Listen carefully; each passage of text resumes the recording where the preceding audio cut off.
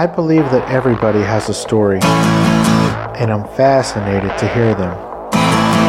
So come with me as we take a walk down Fascination Street. Welcome back, folks. This episode is with Chris Laudando. You may know Chris Laudando from the Tell 'em Steve Dave podcast. In this episode, we talk about old New York City versus new New York City. Chris tells us in depth his 911 experience as he was working across the street from those buildings that day. Chris also talks to us about working in the TV and film industry in New York, as well as how he came to meet Sal Vulcano and Brian Quin. Plus, he tells us his side of the ghost pussy story. We do talk about how he got into painting, and he was kind enough to give us a painting to give away. So there is a giveaway in this episode, so pay close attention. Enjoy, guys. This is my interview with Chris Laudando. Yeah, talk to me, yeah.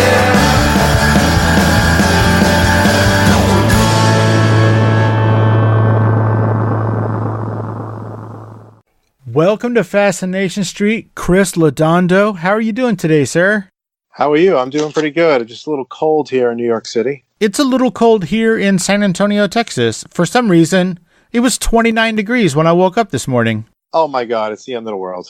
You don't have to tell me. 29 in San Antonio. I was there once. So a couple of years ago, I was in San Antonio. I mean, it was the summer, and it was like 117 degrees. Yep. That's what we're used to. No humidity, though. I was like, it's not that bad. No, seriously. And like my face was melting. Yeah. But you know what's weird? I was in Indianapolis 2 years ago for a conference for work, and I couldn't get over how humid it was. It was my second time in the Midwest, but I just had no idea how humid the Midwest can be, because I was like, where's the water? Where this humidity is coming from? I mean, it makes sense. I live on the Atlantic Ocean over here, but where's the humidity come from the center of the country? I don't get it. All right, I'll tell you, since I lived in Louisville for 2 years, it rains every fucking day. All right. Our grass had moss growing on it. Oh, wow. And I'm from San Antonio, where it never, ever rains. We're always under water restrictions. So that was a culture shock for me, or a weather shock. Are you still in San Antonio? We were only in Kentucky for about a year and a half, almost 2 years, and then we decided it wasn't for us, so we came back home. Okay. All right. Very excited. Don't get too excited. It's only me. How dare you? So are you in Brooklyn? No, I'm in Staten Island. Staten Island. From Brooklyn originally. I was born there. My family's from there, but I grew up here on Staten Island. I was born in 1977, moved to Staten Island in 1978, and been stuck here ever since. All right. Well, let's talk about life growing up in New York, man. Sure. Now, when you were growing up in New York, it was the dirty New York, right?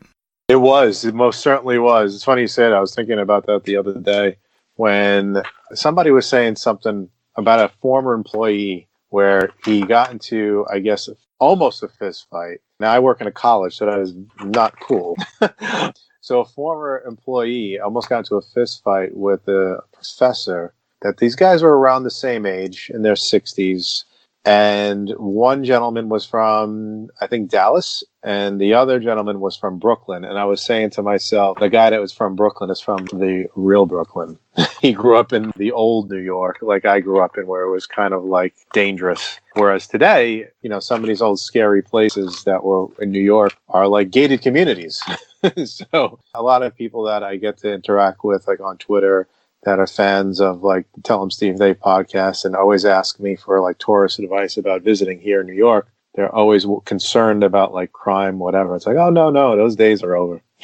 Those are only in the movies. You can walk anywhere for the most part. I've been to New York 3 times, I guess. When was that? The most recent one was, I guess, May of last year. Okay.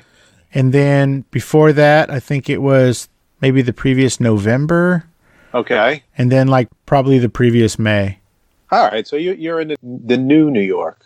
Yeah. Gritty New York that I grew up in. Nah, I was way too poor to ever afford to make that journey. Well, no, it was kind of poor over here too. The part of New York that I'm in currently now, Staten Island, was always like it's part of the city. It's part of the five boroughs of New York City, but it's more residential. Like there's no skyscrapers in Staten Island, or pretty much not in any of the outer boroughs, with the exception of maybe downtown Brooklyn. There's some big buildings out there. But Staten Island is mostly residential, farmland for many years before I guess I moved here in the 70s. Both my parents grew up in Brooklyn, and anytime somebody would say that they were going to go out to Staten Island, they would say, "Oh, we're going out to the country," because there was a lot of farmland out here. Now there isn't. There's about 600,000 people that live on Staten Island, and it's about maybe 15 miles long. Jesus Christ. Yeah, yeah. So at one point, it was kind of rural, but a very close proximity to Manhattan, about 20 miles away. In the late 1970s, early 80s, it was just like a boom. A lot of people just decentralized from the main part of the city, the other boroughs like Brooklyn and Queens and whatnot, to kind of buy homes that had a lawn or, had a parking spot in front of their house that's more, a traditional Americana type of way, the white picket fence or whatnot, which was never really something that you would see in Manhattan or Brooklyn or whatever. So that's why I pretty much grew up in a New York City, but more of the lines of like in a private home, not in an apartment building or things like that. Is that pretty rare? No, I mean the outer boroughs. When I say outer boroughs, there's Brooklyn, Queens, the Bronx, and Staten Island. You don't have to tell me, dude. I'm a fan of the Beastie Boys. I know it's Brooklyn, Bronx, Queens, and Manhattan from the Battery to the top of... Yeah, Brooklyn, Bronx, Queens, and Staten, from the Battery to the top of Manhattan. No, there are homes, like, detached homes in those areas, but for the most part, in the densely populated parts of what I could say, every part of it's densely populated, but there are a lot of like old like row houses or apartment buildings and whatnot. My parents grew up in apartment buildings, row houses in Brooklyn. So this was to be the better life, growing up on Staten Island. But over the years, New York City has changed. It went from a very dangerous place where it was ran by pretty much a lot of organized crime and eventually became, very relatively safe. But then again, a lot of the big cities in America have experienced the same thing. That's true. With the exception, I gotta say, this past summer I went to Los Angeles for the first time. Love it. My goal is to move out there one day. However, Hollywood Boulevard reminded me of Times Square in like the 1980s and 90s. I was a bit disappointed. It was really bad out there. I was hoping that the New York effect would happen out there, like the Times Square effect, where back in the day, like I would say up until like the mid 90s, Times Square was still a scary place. It was dangerous. Now it's like blocked off. It's mostly like a tourist attraction for like families. Like, it was never a family spot. When you think Times Square, you're thinking like hookers and johns and crack and a lot of bad things. Now it's like Disney. But Hollywood Boulevard was kind of like that. And it was really kind of a disappointment. Now, is Hollywood Boulevard, is that the street that the Hollywood Improv is on? Yes, I believe. Or it might be I think it's on Melrose, but in the neighborhood, Melrose. In the same neighborhood. Okay, so I've been to LA twice, I guess last year, and you're not wrong, man. Hollywood Boulevard is the seediest part of the cool LA. I was kind of disappointed. I gotta say, I was disappointed. I mean, everywhere else, like I went with my wife and my daughter, and we stayed at two places. First, we went to Anaheim. I stayed at a hotel there for a couple of nights, to go to Disneyland. And then we stayed in Culver City, which is, next door to Santa Monica. Uh-huh. Culver City reminded me, I got to say, of a really nice Staten Island, meaning that it was residential. There were like corporate parks and things like that. There was a lot of, places to work. In that case over there, it's a lot of studios are out there. Like our hotel was a couple miles away from like Sony Pictures. Really nice. Like it reminded me of a Staten Island type thing, but cool. But I gotta say, I was disappointed with some of Hollywood. It was really, what the hell? Yeah, and I found that when you're in LA, you don't really know where you are unless you look at your phone. Like I was Right? like, oh, cool, I'm in LA. But then I looked down at my phone and no, I'm in Burbank. And then I'm like, oh, cool, I'm in LA. And like, no, I'm in Glendale. No, I'm in Van Nuys. I mean, it's, I think it's all the same. Like it's LA County. I mean, if I got my friend, I have some friends that live out there, and they were explaining to me when I was there, and I was like, all right, whatever. I'm in LA. That's why it's LA. If it's Burbank, it's LA. If it's Santa Monica, it's LA. that's how I feel. Yeah, totally. I will say, I think even if you are a New Yorker, like it's a very overwhelming place to like. I work in Manhattan, so I work right in the thick of it. I'm in the subways or I'm on the buses, whatever. I'm walking around lunch breaks, and surrounded by so many people. And it is something that even I could say New Yorkers like myself that kind of like take a step outside their body for a minute and be like, wow, this is pretty cool. Like it could even wow us. I'm 41 years old. I'm still amazed by this city. So I get it. Like when tourists come here and stuff, and it's a special place. It is a special place. When we went, we didn't stay in New York because who could afford that? Right, it's expensive. But at the time, my wife was working for a company that was headquartered like across the street from the stash. Oh, sweet. So, of course, like I would go in there and whatnot. But the cool thing about not staying in New York is that you could afford to visit New York. Exactly. So we stayed in Rahway, New Jersey. Yep. And just took the train into the city every day, and it was awesome. Yeah, it's cool. I mean, you don't have to live in New York City to experience it like on a regular basis. There's plenty of commuters that work in the city that are from like all over Jersey, Connecticut. People even bus it in or from Pennsylvania. Believe it or not. It's pretty cool, but it is, it's overwhelming. But one thing I hate about New York is what's happening now. The winter is coming. The winters are so cold. It just makes me sad. Well, when I was there a couple of Novembers ago, we were in Red Bank. My wife's company was having some sort of a whatever, and so we stayed at the Molly Pitcher. Oh, okay, yeah. And I have some of the most beautiful pictures because I just woke up like a little bit before the sun came up, and I went down. There's like, they have like a dock out in the back or whatever. And I was just taking all these pictures of the sun coming up, reflecting through all of the ice everywhere. You're like, this is cool for this picture. Yes. I was like, this is neat. And then I look at my phone and it's 75 degrees at my house. I'm like, son of a bitch. Yeah, totally. Well, that's like another thing, getting back to like California. When I was out there in the summer, because like I usually in the summers I spend like my family, we go down to Florida and Orlando to go to to Disney and whatnot, and the summer is the worst time to go to Florida because it's insanely humid. But we were in LA at this time this summer, and we're in Disneyland. I'm like, wow, I'm not dying. Like there's like no humidity whatsoever. It's like the perfect weather, and there's no humidity in Southern California, barely any. It's pretty crazy. Yeah, it's nuts. I mean, sign me up. The day that we came back home from LA, just the car ride back over, like I fly out from Newark, New Jersey, which the Newark airport is about 20 minutes from my house, 25 minutes from my house. So it's closer for me to go to New Jersey to fly out than it is to go to like JFK airport, which is like, main airport here in New York City. So just picture like the car ride coming home, going over the bridge back into Staten Island, and it was just like a silence. Like it was just like I was being like carted off to the electric chair. It was just like, why do I have to live here? That is awesome. Well, Chris, we're going to talk about a bunch of different things, and feel free to say pass or you don't want to talk about anything. Okay. Okay. But I want to get the bad stuff out of the way.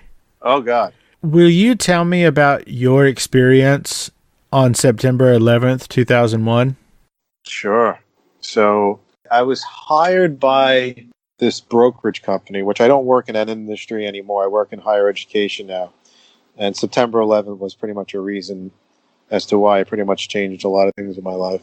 So growing up, my dad worked in the brokerage industry. He did very well. I mean, he was a poor boy from Brooklyn. Dad passed away when he was probably around 18. It was a poor family, so he really didn't have anything. He went to the military, served in the military, came back home and had a hard time finding a job. I mean, he wasn't in the Army. He didn't serve in Vietnam, but he served in the Navy aviation. But during that time of the Vietnam era, there was a lot of backlash of anybody that was in the military back then. So he had a hard time finding work because of like people that didn't want to hire like soldiers and things like that were protesting, the Vietnam War and whatnot. So he had to work, and he eventually got a job, working in being like a vault clerk, which probably doesn't even exist anymore, where they would stamp physical stock securities and things like that.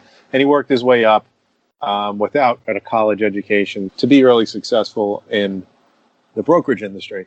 So I figure I never took an economics class in my life. I always wanted to be a filmmaker growing up. That was my dream, and I didn't follow it as well as I should have. So I kind of, I went to college, and then I got out of college with a sociology degree. And I was thinking about maybe going into law enforcement, becoming a police officer. But instead, I wound up working in brokerage. Figured give it a shot. It was successful for my dad. Maybe it can be for me. So I got a job working in a company that was located in One World Financial Center. Now, if you're familiar with New York City, downtown Manhattan, the World Financial Center was a couple of buildings that they kind of hugged the Twin Towers. They were like directly across the street from the towers. So I was employed there August 8th, 2001, a month before September 11th. So, it was an exciting time. Like, you didn't know I didn't know what to expect. Being a kid from the outer boroughs in New York, if you get a job working in Manhattan, it's kind of like you made it. It's like this kind of thing. Like, even if, if you're in New York your whole life, you work in Manhattan, there's this thing that you kind of made it in life. So I worked in this company. I was a Canadian bank working in international operations, which basically was boring stuff, just international trades and bonds and whatnot and currencies and settling the trades. Boring stuff. Something I had no idea what it was. So I got the job, and about a month later, 9/11 happened. So I remember the month before, I wasn't really understanding this job. Like, I was having a hard time with it. I just wasn't good at it. So I was like, okay, to get good at it, I'm going to make like a notebook full of like, notes on what to do with certain things and whatnot. So I made like this notebook. I took there was like transactional, like trading documents, whatever. I would paste them, like I would staple them into the book, would make notes. And I remember I did that the night before September 11th, and I put them in my satchel that I had since high school and all through college, and I carried it with me. And I remember that day being very still, is the best way I can describe it. It was just, the sky was clear. There was not a breeze. It was just like a perfect day. And I took the Staten Island train to the Staten Island ferry. The ferry coasts right across New York Harbor, right like going into downtown Manhattan. So you're looking at the skyline. The boat docks, and I could take a train like one or two stops to the World Trade Center, but I'm a walker. So I walk up Broadway and make the left onto Liberty Street to walk west. One of the towers is like right there. So I always would touch the tower. Like, I'd always would take my hand and just kind of like graze it. And my buildings were across the street on the other side of the West Side Highway. And I went into work. It was very early because it was international, dealing with international operations. You go in a little bit earlier than the regular 9 to 5 because you're talking to Europe. It's like a 5-hour time difference. So I got there, earlier than the regular 9 to 5. I go in through the lobby. You go in the elevator, take it straight up, go to my desk, and like maybe 15 minutes later, I hear this hollow pop. The best way to describe it is, like on 4th of July, you ever see the people that have like the mortars? Yeah. Like the steel pipe, like they drop the mortars in? Yeah, it sounds like a potato gun. Yeah, it sounds like it goes boom, like this hollow kind of popping sound. Yeah. So I'm sitting at my desk. So my desk faced windows that faced the World Trade Center. So the view of the rest of the city was blocked by the Twin Towers because we were directly across the street from it. So I couldn't really see the rest of Manhattan because I'm looking at the Twin Towers. Like, I really have to go up close And, I can see some of downtown Manhattan, but directly across the street from me are these two giant buildings. So I hear like this hollow popping sound, and I see some kind of like installation just like crash up against my window. And then on that side of the room, my boss had his office. So his back was to the building. So the window behind him was the World Trade Center. And I just hear him saying, holy shit. And I walked up to the window and I looked up and I saw what was I think it was the North Tower that was struck first. Well, what it looked like was like this slash across the top of the tower, and it was just smoke coming out of it. And later we would find out that plane came from Logan Airport in Boston. So what I was looking at was actually the exit wound, if you would say, like the opposite side of the building was a giant fireball hole. So what I was seeing was the behind it, which was bad enough, believe me. And, you're looking at it and it's just very quiet in the office because a lot of people haven't got to work yet. And I'm just looking out the window with my direct supervisor. We were just looking out the window and we see like these things falling from the buildings. And I hear down the hall, I guess, people that are looking out the window, the same vantage point, but they're down away, women screaming. And it just makes sense why they're screaming because the things that we're seeing fall out were people jumping, out of the tower. I'll never forget that. I'll never forget people holding hands jumping out. I remember there was this guy who, like, coattails on his suit were, like, smoking, and he, like, took a leap out. It was very surreal. I remember then there were, like, body parts, like, on the West Side Highway in the street below us that they're, like, you can see the police were covering up because we thought this was an accident, At first we didn't think it was a plane. We thought it was a gas line explosion because where it happened was the Canna Fitzgerald company. They were known to have a very large cafeteria and have all these like chefs and whatnot. So they thought it was like an accident or something. And then we were hearing, on the radio or something that it was a small plane. And then my boss had said, why don't you call your loved ones, let them know that you're okay.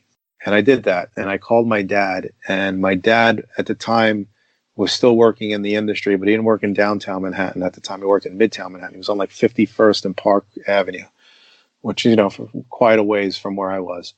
And I called him and I said, hey, Dad, you'll never get it. You'll never believe it. The plane hit the World Trade Center. He's like, get out of here. I was like, yeah.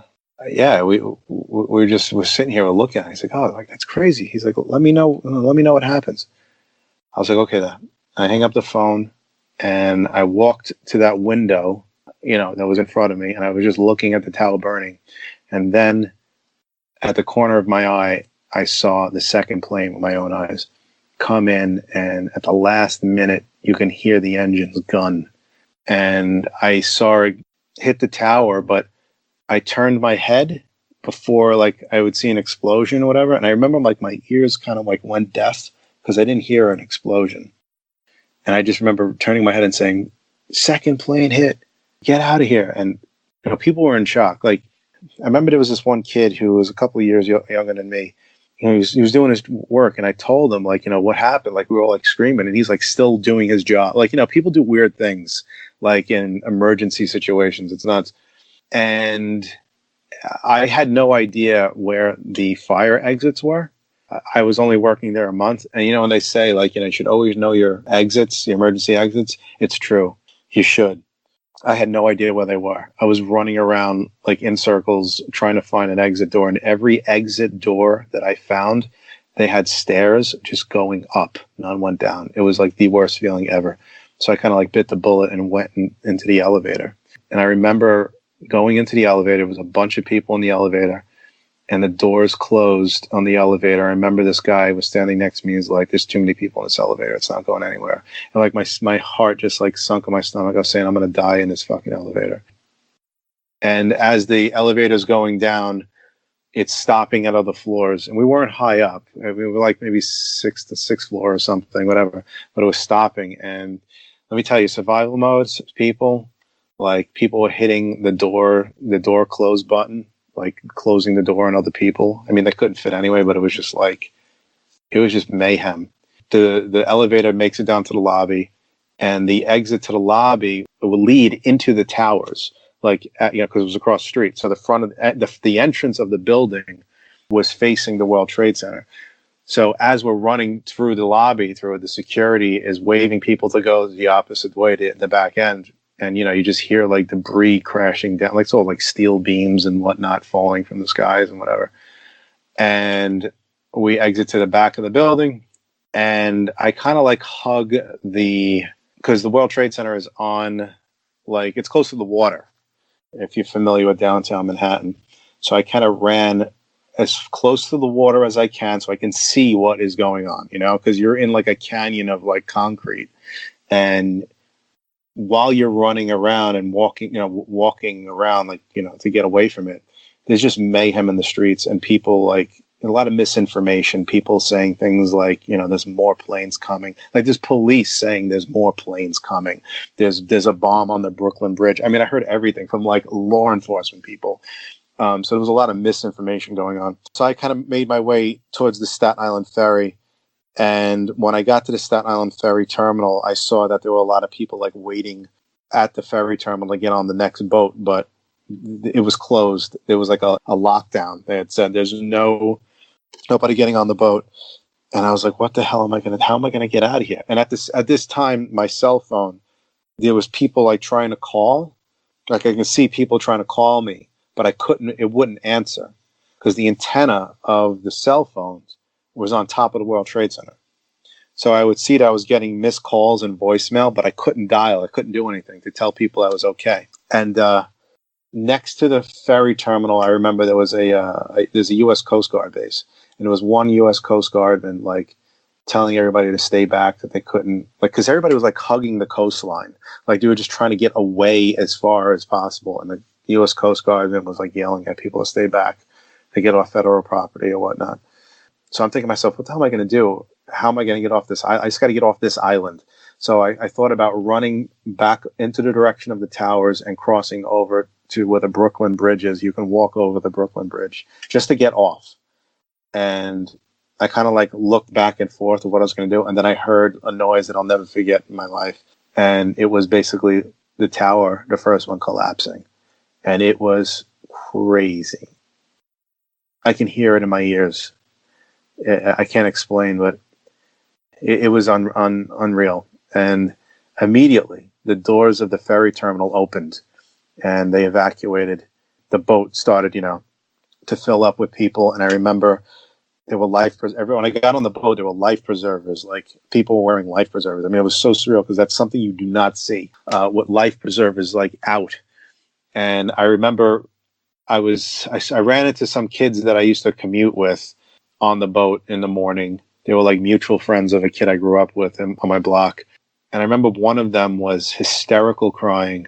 And she was like on the floor holding on to this guy's leg. And I was like, what's wrong with her? Like, what, is she okay?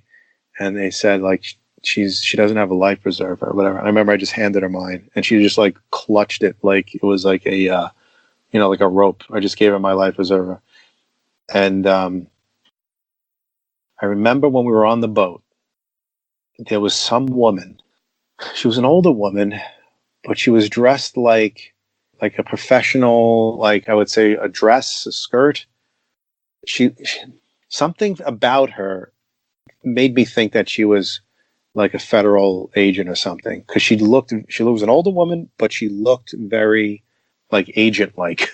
No nonsense, but like took action and stood on top of one of the chairs in the ferry and was giving orders to people of how to, we're going to make this through. We have to, everybody move in, as farly as you can, get a life, like giving directions. Like, she didn't have any uniform on or nothing. She could have very well been an elementary school teacher, but she looked like somebody, you know what I mean? And I remember when the boat finally pulled away, we couldn't see anything out the windows because it was all dust. And I remember the first thing I saw when it cleared up was the Statue of Liberty. It was like, it was still there. Like, it was kind of symbolic. Like, we were still here. because we were hearing things were like getting hit left and right. And then somewhere before we arrived to Staten Island, the second tower fell down. We heard it and we watched it from the from the harbor. And the boat docked and people just ran onto the shore. And I remember running into immediately this fire captain that I knew. I used to hang out at this local bar. And he was just like, I lost so many people today. Like, they just knew. The firemen, whatever, they knew. And, we hugged, whatever. And then I remember walking onto the street away from the ferry terminal and looking, back at the World Trade Center. And I was saying to myself, oh, it didn't fall down. Like, it's still there. Like, it looked like a vapor trail of, like, smoke of where the two towers were. Like, you can still see them. But it was probably just my imagination. Because, like, you're used to seeing these two things standing there. So it probably wasn't, it was just my imagination. It wasn't there. And then I turned straight and one of the buildings in downtown Staten Island that's right by the ferry terminal is the 120th Precinct NYPD police station. And at the time, my uncle was a detective in One Police Plaza, which is in downtown Manhattan, not too far away from the World Trade Center. And I guess he was on his way to work and they turned a boat around like when the first tower hit or whatever. So I'm walking up the steps. I see him stand. And this is the difference between these guys, like police officers and guys and gals that are in the military, whatever.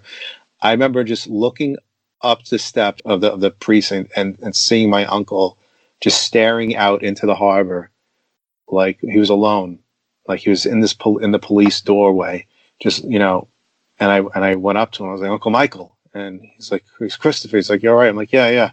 I was just, I just came from that. He's like, I got to get over there. Like, that was just his concern. I got to get over there. Like, I'm like, you don't want to go over there, man. He's like, I got to get there right now. I'll never forget that. Like, that's just this, people like that I just want to help, And he's like, make sure you tell, your aunt that I'm okay. I was like, all right, if you talk to them, you tell them I'm okay. Because at this point, I couldn't get in touch with anyone. So my girlfriend, or my wife, my girlfriend at the time, worked probably about a mile down the street. She was a school teacher at a private school down there. And at Snug Harbor, which is where the Jokers have their Staten Island Museum exhibit. On that same campus area, there was a private school, and my wife at the time, my girlfriend at the time, she was a school teacher at that school, and so I ran to where that school was. On the way there, there was an apartment building on the way there, and I asked, I guess it was the superintendent's office. I was like, can I please use your phone? I just got to tell my family I'm alive. And I remember calling my grandmother, who, since then has long passed away. And I remember calling her up and she answered the phone and I can tell she's been crying. She was hysterical crying. She's like, hello? And I was like, Nanny, I'm alive. She broke down. I was like, just tell everybody I'm okay. I'm on Staten Island. I just got to get my way home, figure out a way home. So I get to where my girlfriend is at the time. I meet up with her. I get, in her car. It's total mayhem everywhere. So, like, even on Staten Island, like, you couldn't drive anywhere. It was crazy. So we get home eventually. I call my father because this whole time my dad's trying to get in touch with me, and he can't. So he the last time I spoke to him, I told him that a plane hit the tower. And I call him, and he answered the phone, like, thinking that I was dead. When the first tower came down, where he was working, they had these big TVs and they were all watching it on TV. And when he saw it fall down, he thought I was dead. He thought I was like maybe standing outside or whatever, or even you don't have to stand outside. I mean, my office got pretty much destroyed, but I left in time before it fell down. And at the time, my parents divorced. And eventually they got back together, which is another story. So I wasn't really that close with my father. And, like, my dad was a good guy. But I was kind of hurt, like, when my parents kind of split up. And, I'm pretty much a mama's boy. So, like, anytime, like, my dad would, during that time when my dad would say, all right, I love you. I'd be like, all right, I'll talk to you later. I wouldn't say I love you back. And I remember when he called me, when I called him and he told me that, he thought I was dead, whatever. He was telling me the story of, but when the towers fell down, he thought I was there and this and that. He's like, all right, I'll come and see you later. I'll pick you up, whatever. He's like, I love you. I'm like, I love you, Dad. So it was like for a moment, I was in his shoes to what it's like to be a parent to, think that you lost your kid. Yeah. So that was pretty much the day. Moving forward, though, it didn't stop there. There was also, if you remember, the anthrax attacks, where it was so shaky for a very long time in New York. They were attacked. The anthrax thing, that was next to a building, a disaster recovery location. The building next door got an anthrax envelope. It was the next, I would say, over 10 years for me personally were very difficult. But I was very lucky because, I made it. And I was lucky enough that I didn't have any family members that perished, whereas I can't say the same for some other people I know. And I knew some people that died that day, but I didn't have any family members. I was the closest one that survived. Let's put it that way. It was very difficult to deal with, but what I did was try to do things a little bit, differently in my life, because I thought about it like, there's about 3,000 people that died that day. I have to live for them. I'm going to do things a little bit different. I'm going to travel places. I got to live for these 3,000 lives. It's tough. I'm still working at it, but. Well, I don't know if that's something you're ever going to get over. Nah. Thank you for sharing that story with me. I appreciate that. No problem. Let's talk about some happier shit. Yeah. You said that when you were a small person, not a midget, but like a child, right, that you wanted to be a filmmaker. Yeah. How'd that turn out? Well, I worked in Wall Street and I was almost killed. Well, after that experience, to dial it back a bit, after high school, now you got to remember, throughout all of high school, I wanted to be a filmmaker. Even before that, from elementary school, I always wanted to be a filmmaker. So when I was around 18, there was a television / film studio that actually opened up on Staten Island. And I got a job working there as like a, production houseboy, whatever, did everything. Then it eventually closed. And I remember the studio manager, whose brother, by the way, was a fireman and died on 9/11. Great guy. Eric Olson, his name was. He was a great guy. His brother, Todd Olson, who was my boss, hysterical guy. Him and his brother were really funny. He worked in Hollywood for a while as like a carpenter, lighting, grip and stuff. Did a lot of cool stuff. I think he worked on November Rain music video. He's like the crane operator for the camera. That he almost killed Slash. But yeah, it's funny. He goes, the whole swooping of that camera, if you ever see it, I guess at the concert when Axel's playing piano and then the camera swoops up. My old boss was operating that. He almost knocks Slash right off the stage. He's like, "Sorry." When the studio was going out of business, he kind of told me, he's like, "This is what you have to do." Remember, at the time there was no internet, there was nothing, and I knew no one in that industry, and it was very difficult to make it.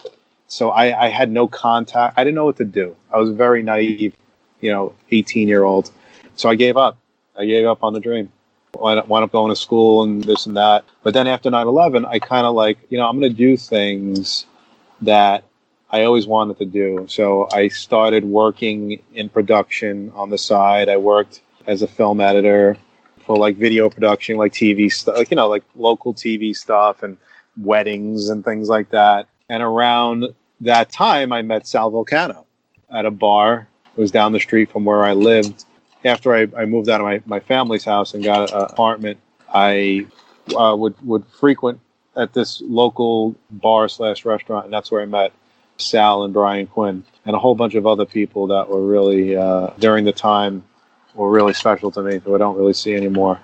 But they got me into doing video production stuff for their sketches. So I did a lot of sketches with them. I was a cameraman in a lot of their sketches. I was like a background actor in their sketches, or a side man in some of their sketches. And I would do a couple of TV pilots with them too. And one of them would be the sales tape that would become Impractical Jokers.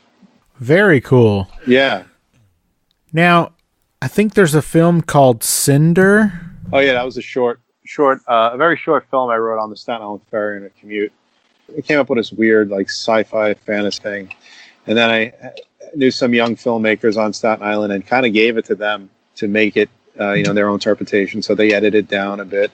We made a little short film, and one of the scenes has my buddy Scott Schiaffo from Clerks. He was the Chuli's Gum guy in Clerks. Had him in it.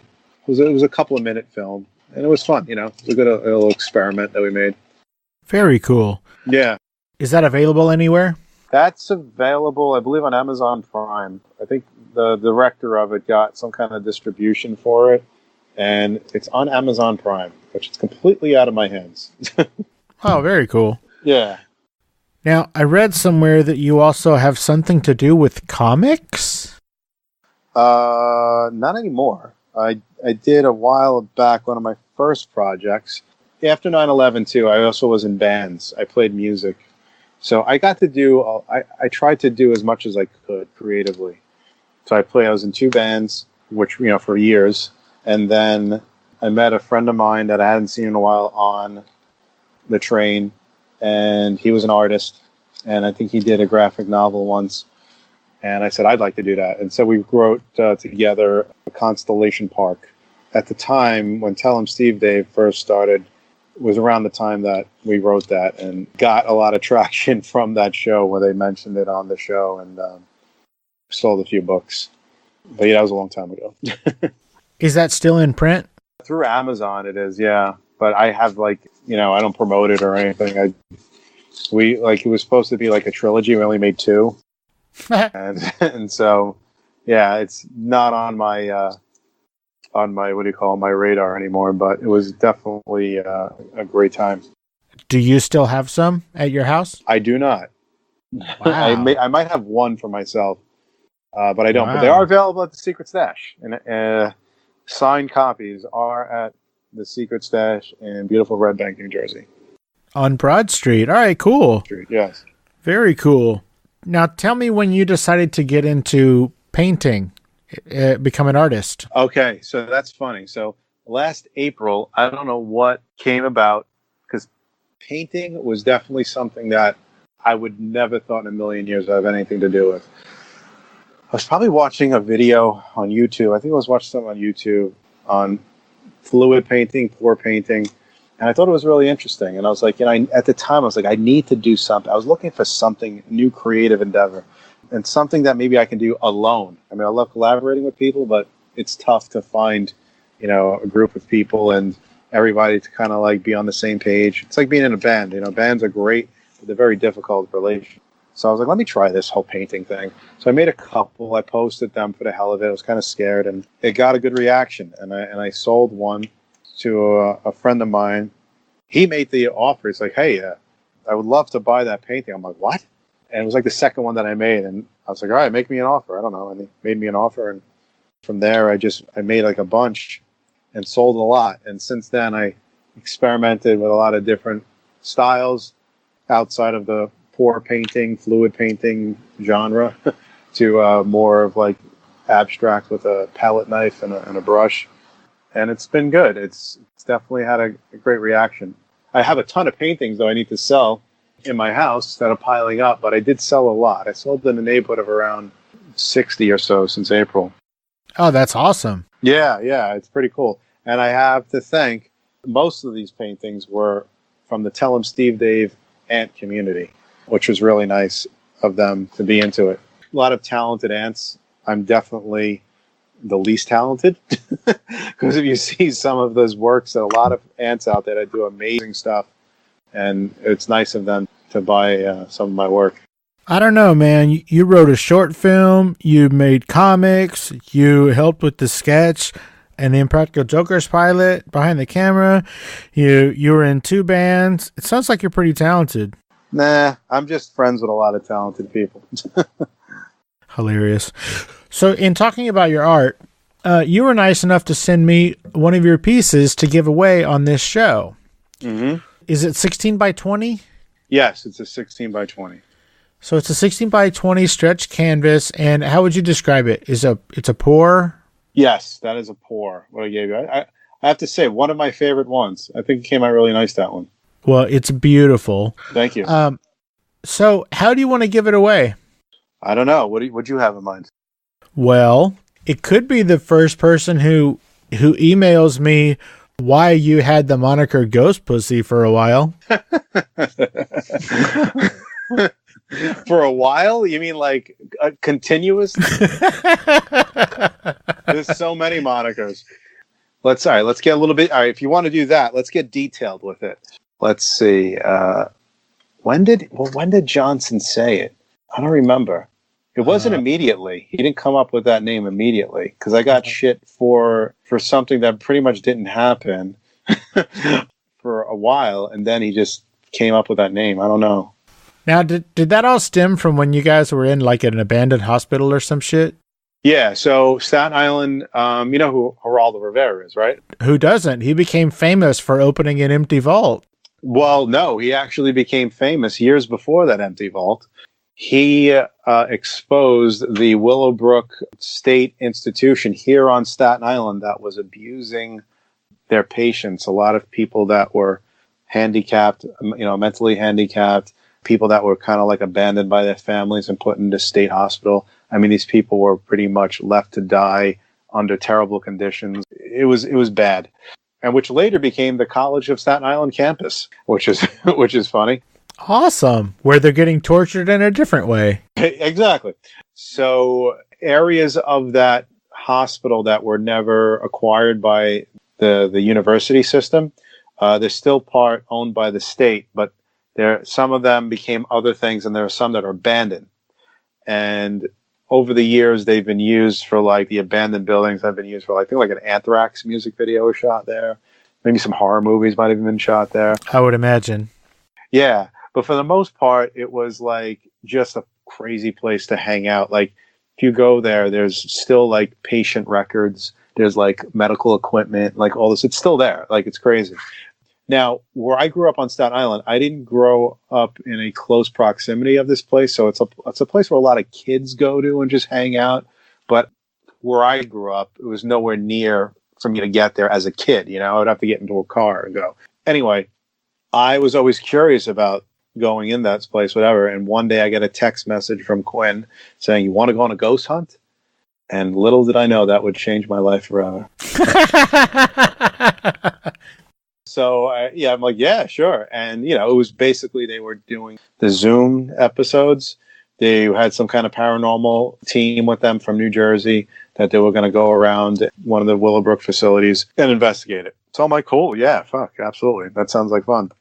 So I went and met Quin at the time. It was at his apartment. This was when Impractical Jokes was being filmed, but it hadn't aired yet. So they're still working on the show.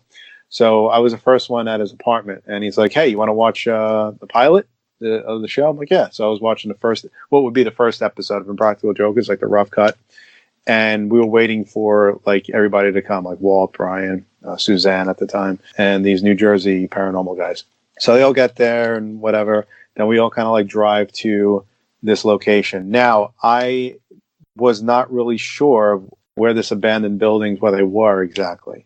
So they were in the woods, but on a main road on Staten Island, like a main friggin' road where like police cars are going by like every second, tons of traffic.